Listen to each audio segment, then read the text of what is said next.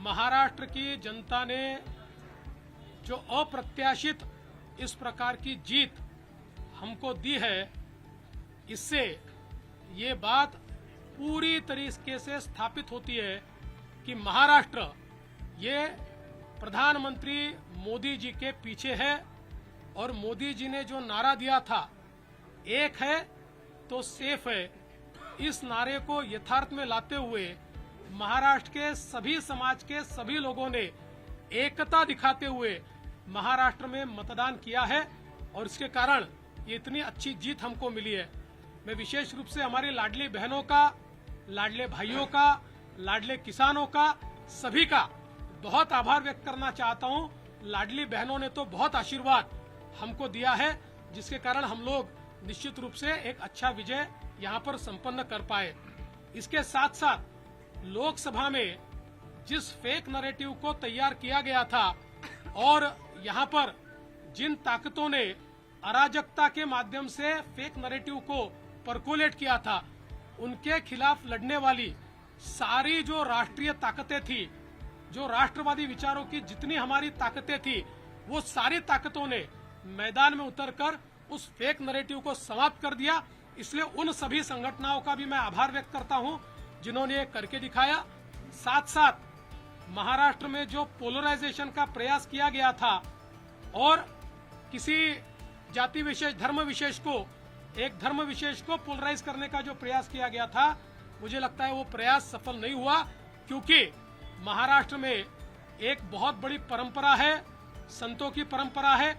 इस परंपरा का निर्वाह करने वाले अलग अलग पंथों के जो हमारे सारे साधु संत हैं, उनका भी आशीर्वाद हमको मिला, जिन्होंने बिल्कुल गांव-गांव तक जाकर अलख जगाया और एक रहने का संदेश दिया, जिसके कारण मैं ऐसा मानता हूं कि एक बहुत अच्छा विजय हमको मिला है।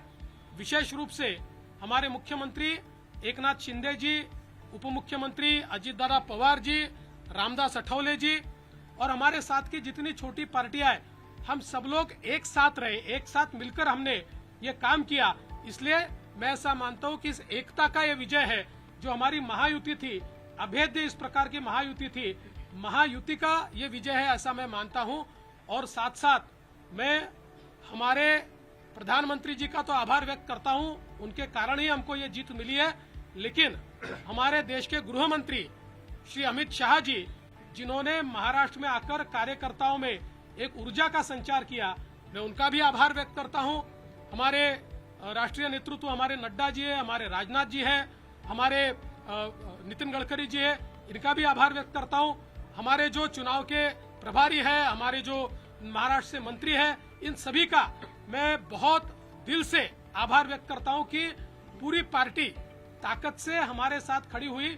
और सबसे महत्व की बात है, हमारे नेताओं ने, हमारी पार्टी ने केवल बीजेपी की सीटों पर काम नहीं किया, हमारी पार्टी ने सारे के सारे महाराष्ट्र के जितने 288 सीटें थी, हमारे दोस्तों की सीटों पर भी काम किया।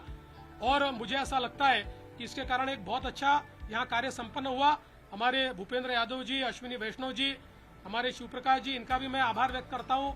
हमारे यहाँ पर जो हमारे सारे अलग अलग प्रांतों से भी जिन लोगों ने हमको मदद की, उनका भी मैं आभार व्यक्त करता हूँ। हमारे पीयूष जी का मैं आभार व्यक्त करता हूँ, हमारे शिवराज सिंह चौहान जी का भी मैं आभार व्यक्त करता हूँ। मुझे ऐसा लगता है कि एक प्रकार से सामूहिक रूप से हम लोग जब उतरे, तो ये सामूहिक ताकत एक ऐसी ताकत बनी जिसने दिखा दिया कि महाराष्ट्र ये मोदी जी के ही साथ है।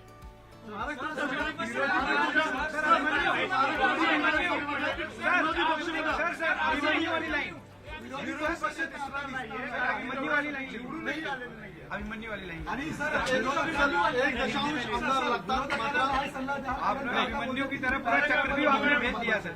ऐसा है, मैंने पहले ही कहा था कि मैं आधुनिक अभिमन्यु हूँ, चक्रव्यूह को भेदना जानता हूँ।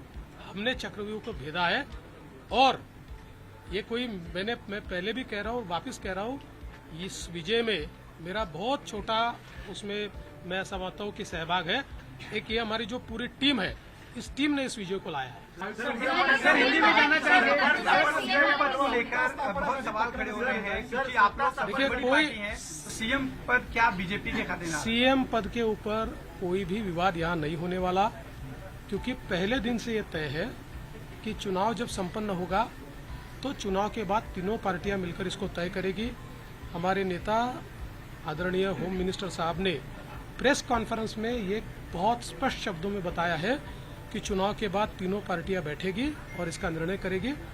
अभी मैं ऐसा मानता हूं कि हमारे एकनाथ शिंदे जी उनके पार्टी के अध्यक्ष है, अजित पवार जी उनके पार्टी के अध्यक्ष है और साथ में हमारे पार्टी के जो राष्ट्रीय अध्यक्ष है उनको हमारा पार्लियामेंट्री बोर्ड ऑथराइज करता है। तो ये लोग बैठकर एक उचित निर्णय करेंगे, हमारे वरिष्ठ नेताओं से बातचीत करेंगे, हमारे पार्लियामेंट्री बोर्ड से बातचीत करेंगे, जो निर्णय होगा वो सबको मान्य होगा, इसमें कोई विवाद नहीं।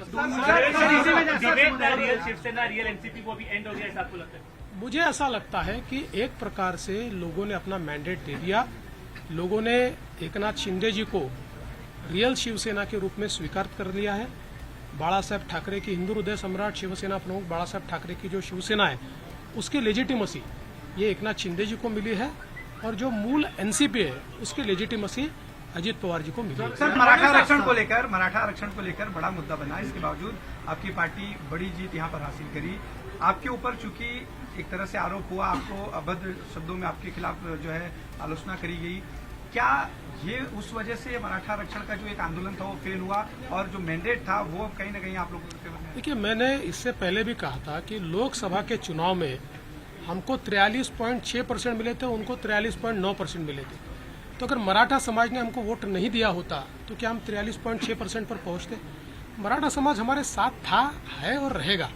ओबीसी समाज हमारे साथ था, है और रहेगा। सारे समाज आज आप जब इसको डिसाइफर करेंगे, जब आप इसका विश्लेषण करेंगे तो आपके ध्यान में आएगा कि सब समाज हमारे साथ में।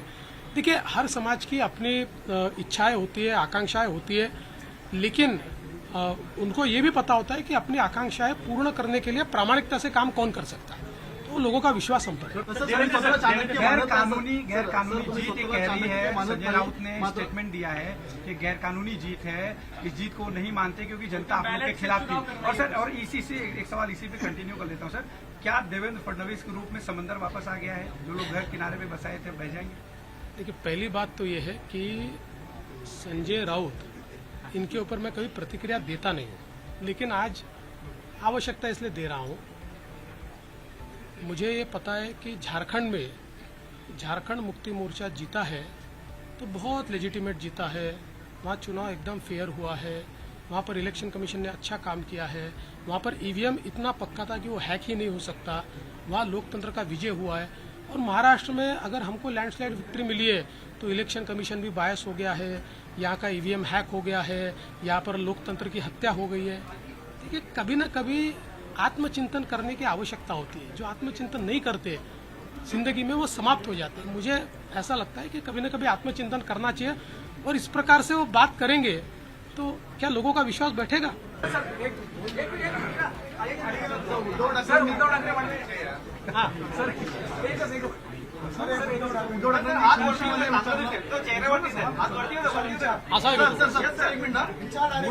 उद्धव ठाकरेंनी खुनशीपणे म्हटलं होतं एकतर तू राहशील किंवा मी तरी राहील या निवडणुकीमध्ये.